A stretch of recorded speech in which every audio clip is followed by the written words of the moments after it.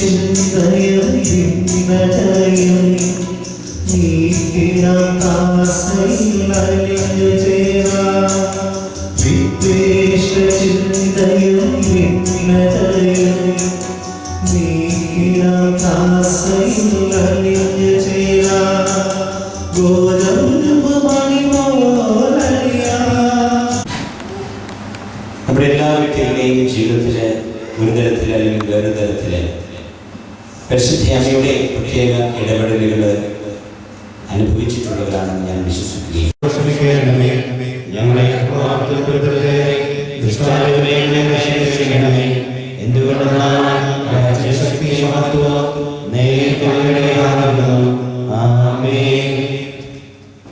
കർത്താവേ കനിയണമേ മിശിഹായേ കനിയണമേ കർത്താവേ ഞങ്ങളടയ്ക്കും പ്രാർത്ഥന സദയം സകലേശ ദിവ്യാനുഗ്രഹമേകണമേ നരരക്ഷകനാം മിശിഹായേ ദിവ്യാനുഗ്രഹം സകലേശ ദിവ്യാനുഗ്രഹമേകണമേ പരിപാവനമാത്രീത്വമേ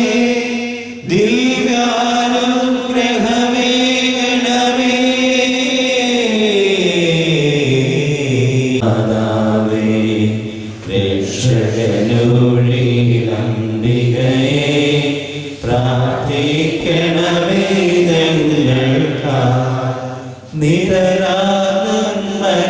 നിരരാനന്മനമാതാവേ കരയില്ലാത്തൊരു കന്യകയെ നേർവഴി കാട്ടും ദീപശിഖേ പ്രാർത്ഥിക്കണമേ ഞങ്ങൾക്കായി നിത്യമഹോന്നത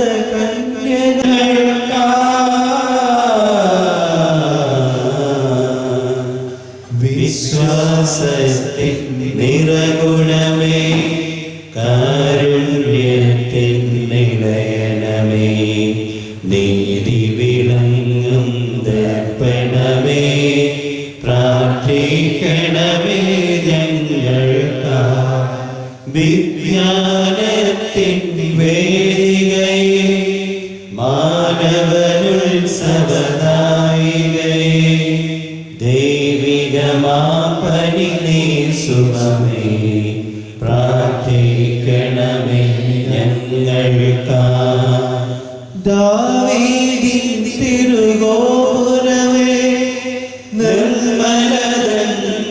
നിർമ്മലദന്തഗോപുരമേ പൊന്നിൻ പൂമണിൻ പേടകമേ സുലോകത്തിൻ ദ്വാരകമേ പുലകാലത്തിൻ താരകമേ പ്രാർത്ഥിക്കണമേ ആരോഗ്യം പകരം കരുണാസാഗരമേ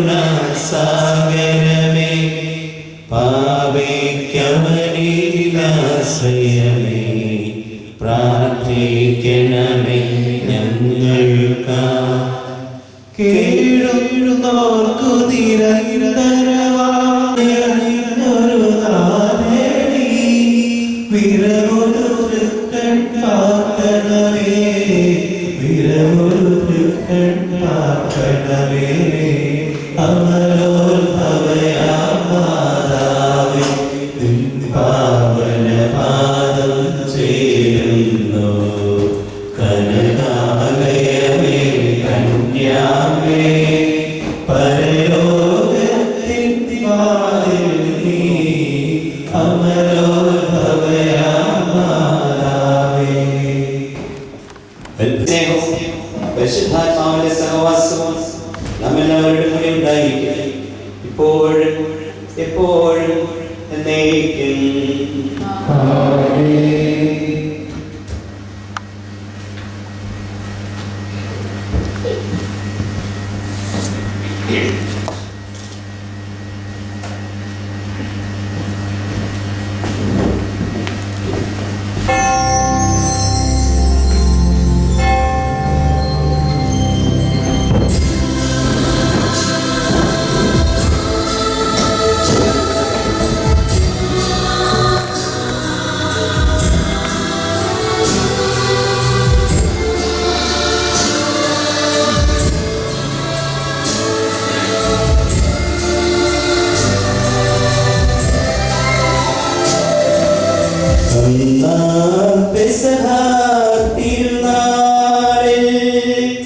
കർത്താവരുടെ കൽപ്പന പോ തിരുനാമത്തിൽ ചേർന്നിടാം.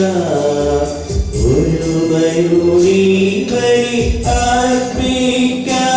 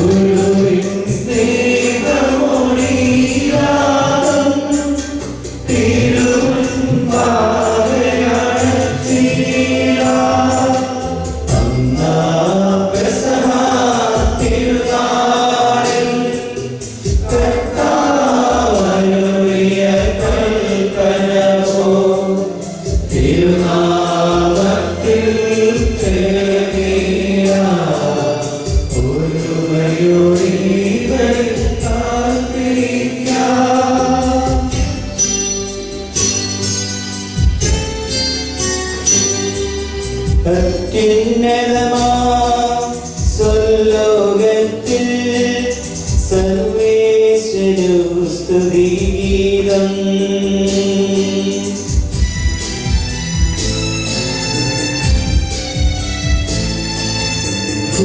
ഭൂമിയിലെന്നും മറ്റൊരു സ്വാമി പ്രത്യാശയുമെന്നേക്കും.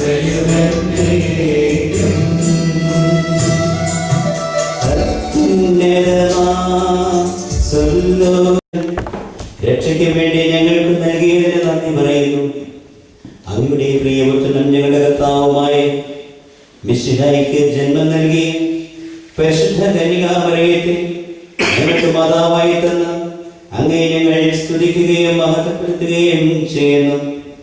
അങ്ങയുടെ രക്ഷാരഹസ്യങ്ങളുടെ അനുസ്മരണവും ആഘോഷവുമായി ബലി യോഗ്യതാപൂർവം അർപ്പിക്കുവാൻ ബലഹീനരായ ഞങ്ങളെ ശക്തരാക്കണമേ. സകലത്തിന്റെയും നാഥായ എന്നേക്കും.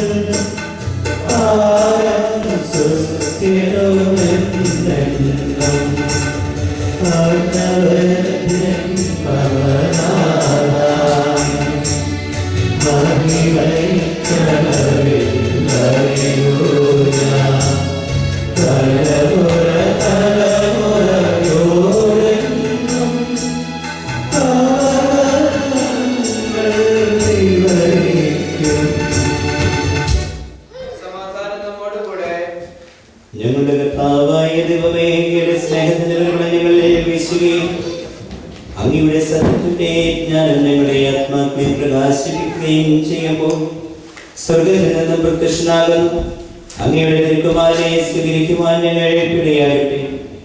സകല സൗഭാഗ്യങ്ങളും നന്മകളും നിറഞ്ഞ മുടിയുടെ നിൽക്കുന്ന സഭയിൽ നിരന്തരം അങ്ങയെ സ്തുതിക്കുവാനും മഹത്വപ്പെടുത്തുവാനും ഞങ്ങൾ യോഗ്യരാകട്ടെ. എന്തുകൊണ്ടെന്നാൽ എല്ലാത്തിന്റെയും സൃഷ്ടാവാകുന്നു, സകലത്തിന്റെയും നാഥായ എന്നേക്കും. ആമേൻ.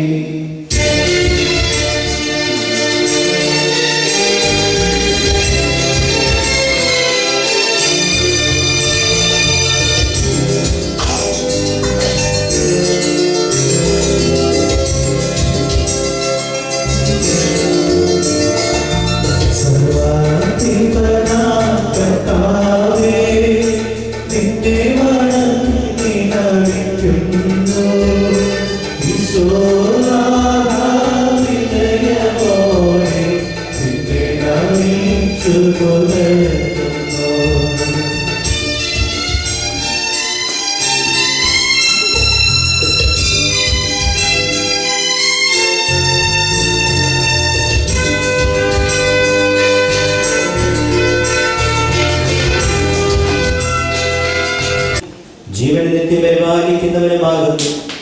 ഞങ്ങളെപ്പോഴും നിനക്ക് സ്തുതിയും കൃതജ്ഞതയും ആരാധനയും സമർപ്പിക്കുവാൻ കടപ്പെട്ടവരാകുന്നു. സകലത്തിന്റെയും നാഥായ എന്നേക്കും.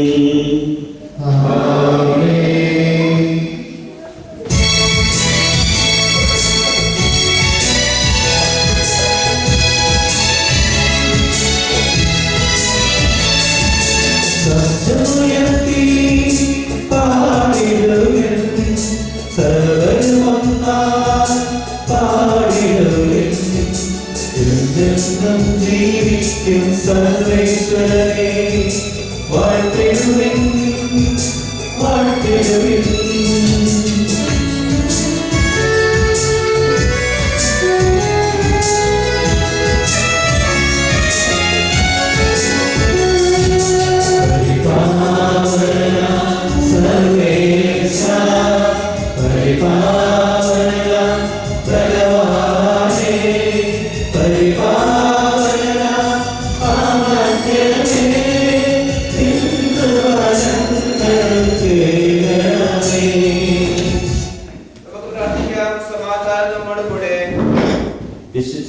സംവേദനായി വസിക്കുന്ന പരിശുദ്ധനും സ്തുത്യർഹനും ബലവാനും അമർത്യനുമായ കർത്താവേ, അങ്ങയുടെ സ്വഭാവത്തിനൊത്തവിധം എപ്പോഴും ഞങ്ങളെ കടാക്ഷിക്കുകയും അനുഗ്രഹിക്കുകയും ഞങ്ങളോട് കരുണ കാണിക്കുകയും ചെയ്യണം.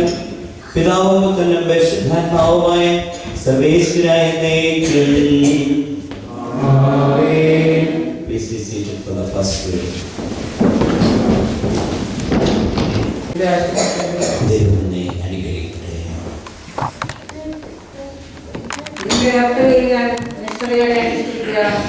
വാർദ്ധക്യം വരെ ജോലി ചെയ്യുക, ഭാവിയുടെ നേട്ടങ്ങളിൽ അസൂയ വേണ്ട. കർത്താവിൽ ശരണം വെച്ച് നിന്റെ ജോലി ചെയ്യുക.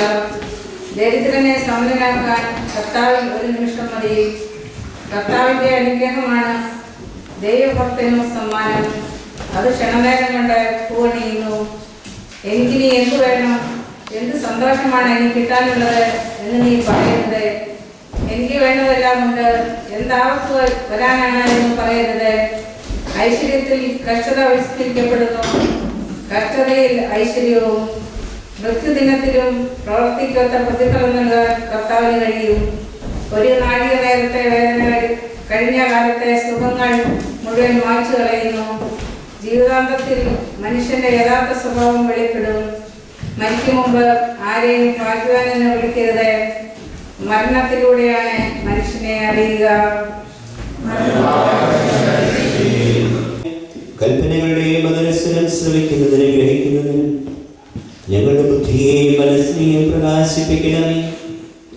അതുവഴി ആത്മശരീരങ്ങൾക്ക് ഉപകരിക്കുന്നു സ്നേഹവും ശരണവും രക്ഷയും ഞങ്ങളിൽ ഫലമണിയുന്നതിനും നിരന്തരം ഞങ്ങൾ അങ്ങയെ സ്തുതിക്കുന്നതിനും അങ്ങയുടെ കാരുണ്യത്താലും അനുഗ്രഹത്താലും ഞങ്ങളെ സഹായിക്കണമേ. പിതാവും പുത്രനും പരിശുദ്ധാത്മാവുമായ സർവേശ്വരായ എന്നേക്കും. സെക്കൻഡറി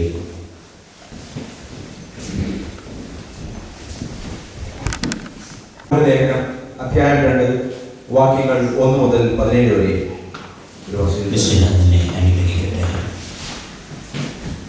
എന്റെ സഹോദരരെ, മഹത്വപൂർണ്ണനും നമ്മുടെ കർത്താവായ യേശുക്രിസ്തുവിൽ വിശ്വസിക്കുന്ന നിങ്ങൾ പക്ഷപാതം കാണിക്കരുത്. നിങ്ങളുടെ സംഘത്തിലേക്ക് സ്വർണ്ണമോതിരമണിഞ്ഞ് മോടിയുള്ള വസ്ത്രം ധരിച്ച ഒരുവനും മുഷിഞ്ഞ വസ്ത്രം ധരിച്ച ഒരു ദരിദ്രനും പ്രവേശിക്കുന്നിരിക്കട്ടെ. നിങ്ങൾ മോടിയായ വസ്ത്രം ധരിച്ചവനെ നോക്കി ഇവിടെ സുഖമായിരിക്കുക എന്ന് പറയുന്നു.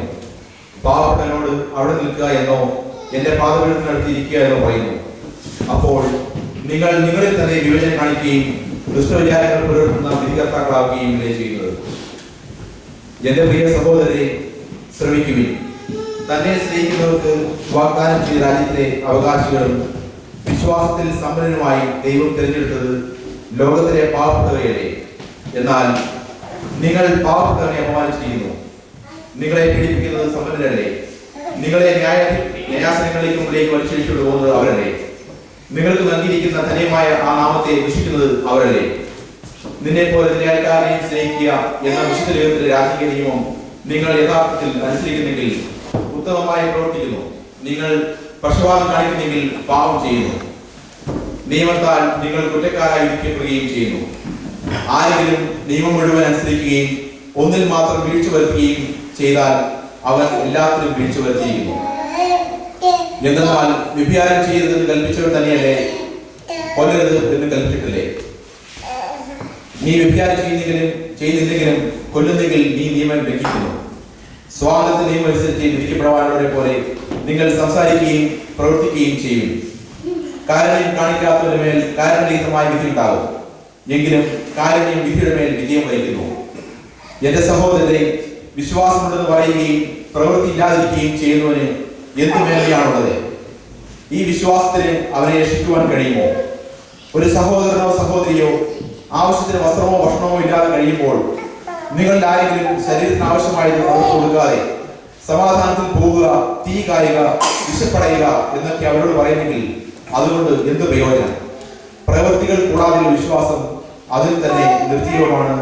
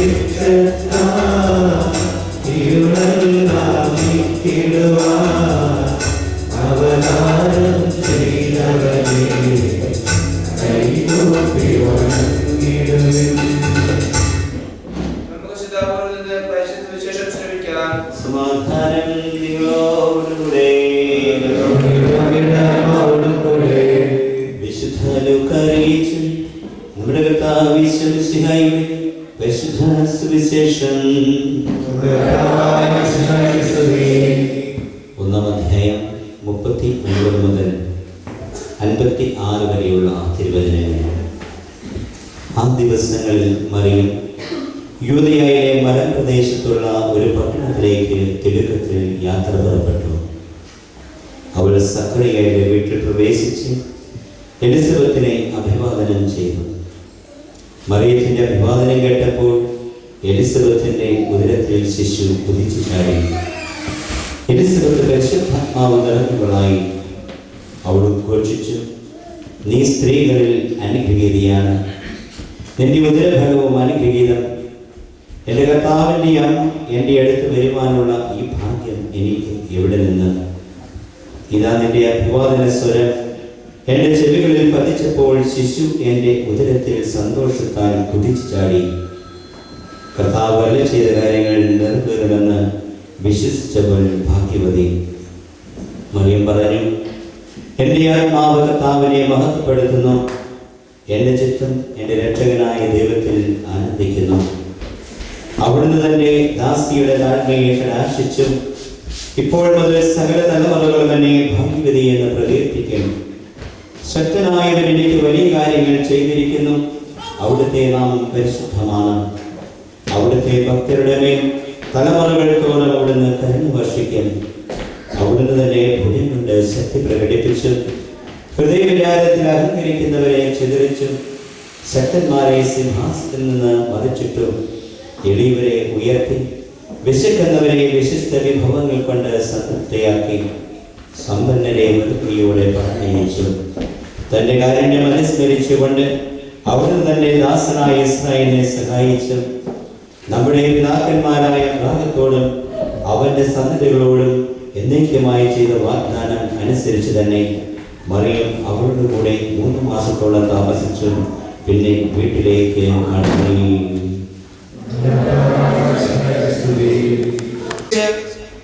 വെസ്റ്റേൺ ഭരണാധിപത്യത്തിലേക്ക് മുസ്ലിം ഇൻവേഷൻ ഉണ്ടായപ്പോൾ, അല്ലെങ്കിൽ വെസ്റ്റേൺ സാമ്രാജ്യത്തിലേക്ക്, പാശ്ചാത്യ സാമ്രാജ്യത്വത്തിലേക്ക് മുസ്ലിം ആക്രമണം ഉണ്ടാകുന്ന പശ്ചാത്തലത്തിൽ റോമിലെ സെൻറ്റ് പീറ്റേഴ്സ് സ്ക്വയറിൽ ജപമാല ചൊല്ലി വിശ്വാസ സമൂഹം പ്രദക്ഷിണം വയ്ക്കുന്നതും ആ ജപമാല ചൊല്ലി പ്രാർത്ഥിച്ചതിൻ്റെ ഫലമായിട്ട് ആ പ്രദേശത്തെ ആക്രമിക്കുവാനായിട്ട് വന്നിരുന്ന മുസ്ലിം സൈന്യം തിരിച്ചു പോകുന്നതായിട്ടും ചരിത്രത്തിൽ കാണുകയാണ്.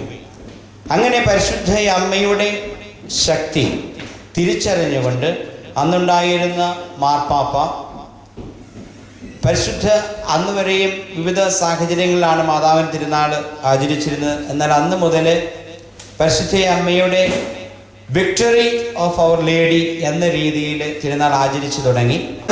എല്ലാ വർഷവും ഒക്ടോബർ ആദ്യത്തെ സൺഡേ അതായിരുന്നു അന്നത്തെ പശ്ചാത്തലം. പിന്നീട് വന്ന മാർപ്പാപ്പ അതൊരു ഫിക്സഡ് ഡേറ്റ് ആക്കി അത് ഒക്ടോബർ 7 എന്ന രീതിയിലേക്ക്. ഇന്ന് ഒക്ടോബർ 7 ആയതിനാലാണ് നമ്മൾ ഇന്ന് ജപമാല റാണിയുടെ തിരുനാള് നമ്മുടെ ഈ വിശുദ്ധ ബലിയോട് ചേർന്ന് ഈ പരിശുദ്ധ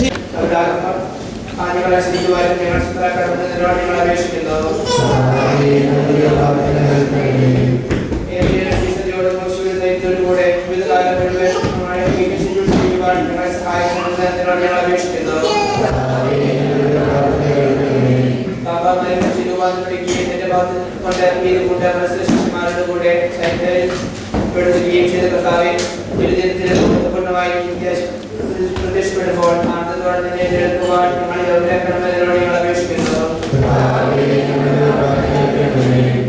അക്രമക്കാരുടെ സ്നേഹത്തിലും സഹിഷ്ണുതയിലും സമാധാനത്തിലും അനുഭവത്തിലൂടെ ലോകചരിത്രയെ സഹിക്കുവാൻ രാഷ്ട്രീയതലവന്മാരെ പഠിക്കണമെന്ന് അതിനോട് ഞങ്ങൾ അപേക്ഷിക്കുന്നു.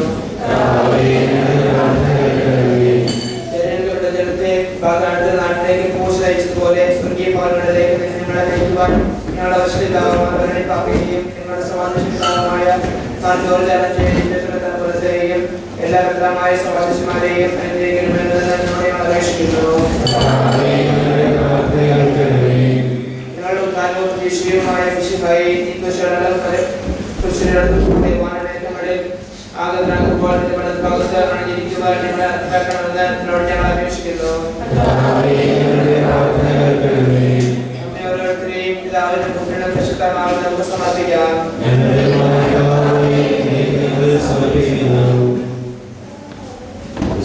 സ്വീകരിക്കുവാനുള്ളവരെ തീർച്ചയായിട്ടും പത്രമായിട്ട് വരുമ്പോൾ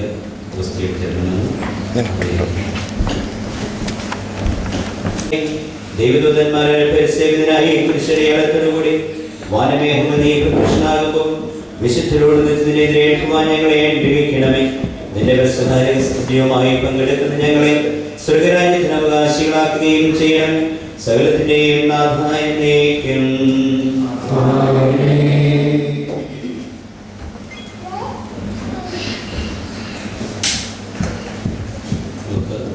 ഓഫറിലേക്കായിട്ട് വരുന്ന ഓഫറിന്റെ സമയം നമുക്ക് ഇരിക്കാവുന്നതാണ്. വിശ്വാസ പ്രമാണം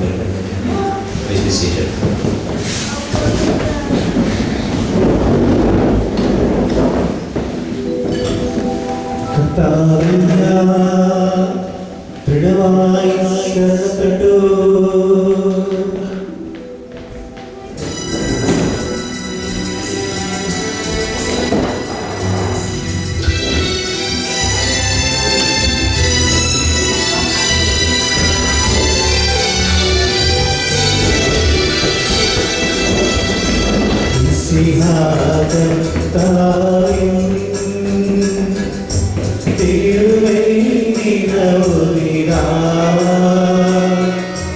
പാവന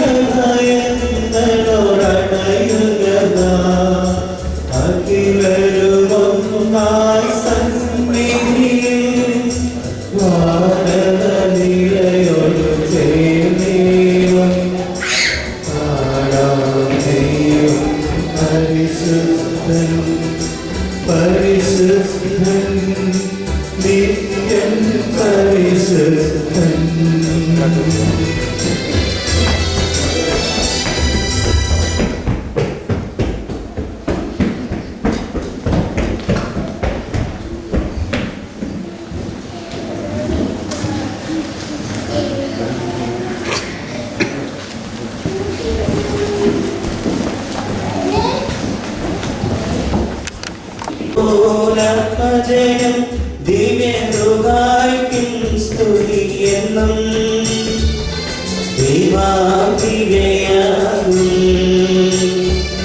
കന്യാമറിയത്തെ സദയമോർത്തീര പവന ദീപനിൽ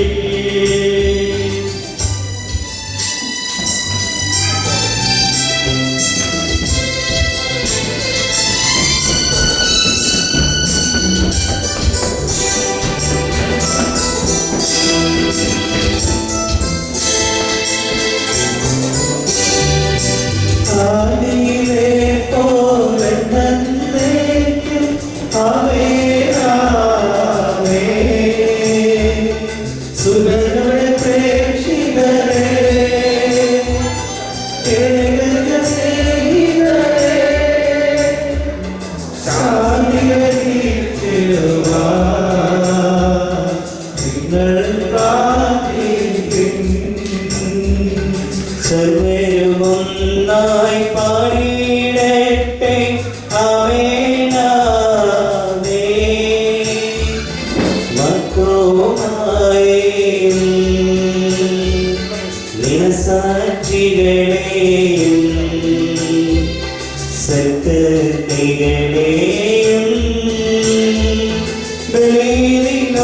ബലിയിലോർത്തിടാം.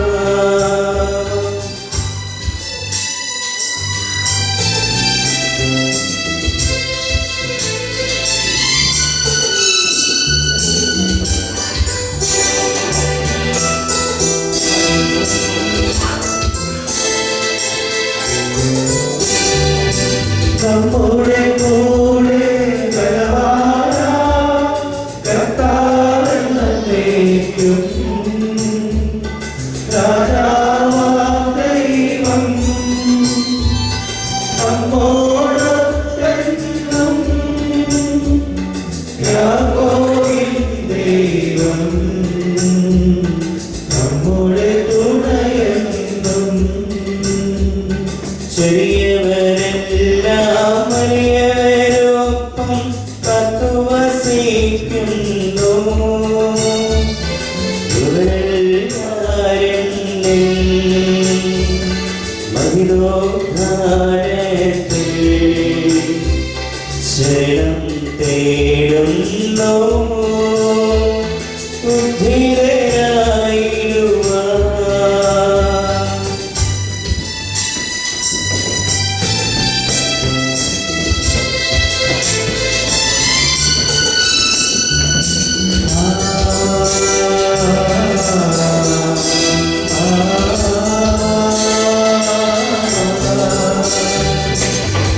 സന്നിധിയിൽ ഹൃദയങ്ങൾ ചൊല്ലുവിനേയും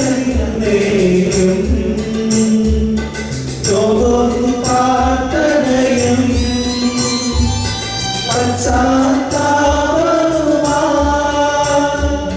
പശ്ചാത്താപവുമായി